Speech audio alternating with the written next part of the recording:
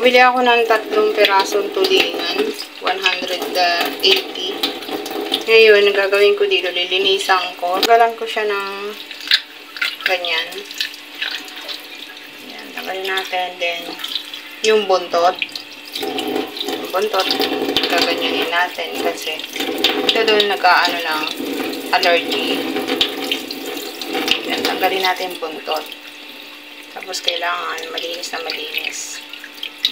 Tapos, pagkatapos natin tanggalin, hihiwain ng ganyan. Hiwain natin ng ganyan. Tapos, kabila. Careful sa pag-ano. Yan.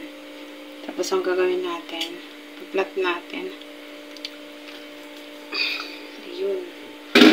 Gaganyanin natin siya. Ganyan. Ulitin lang natin lahat. Na tulingan. Lalagyan ko lang ng taba ng baboy. Yung ilalim. Yung tulingan, pinitpit ko siya ng ganyan. Ayan. Atin ngayon isasaing to. Ayan. Nag-crave ako sa sinaing na tulingan. Ayan. 3 piraso yung ginawa ko. Gagawin ko. Lalagyan lang natin yan ng taba ng baboy. Yan talaga ang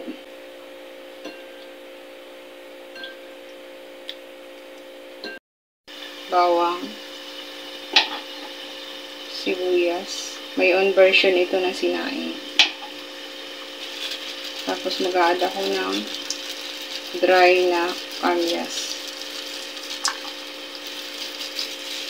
Lang yung kamyas ko kasi mahal ang kamyas na ganyan.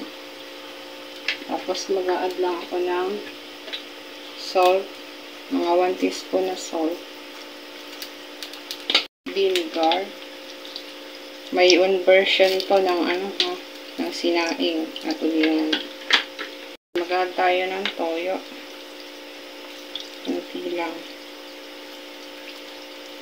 Ako ng paminta. Pagkatapos natin, syempre, mag-a-add ako ng siling labuyo. Tayo ng seasonings. Add tayo ng 1 cup. Dahil lulutuin natin to ng 2 oras. So, ngayon, lulutuin ko nga to ng 2 oras sa katamtaman na apoy lamang.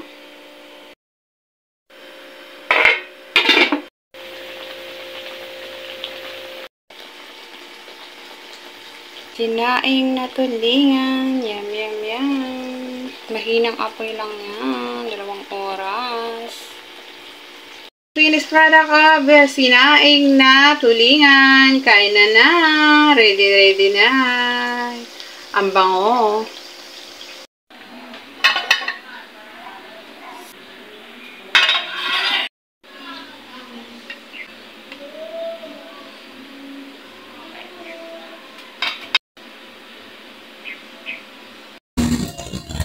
Wow! Parang ano na siya.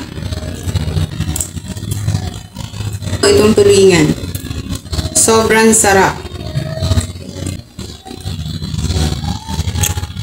Yummy.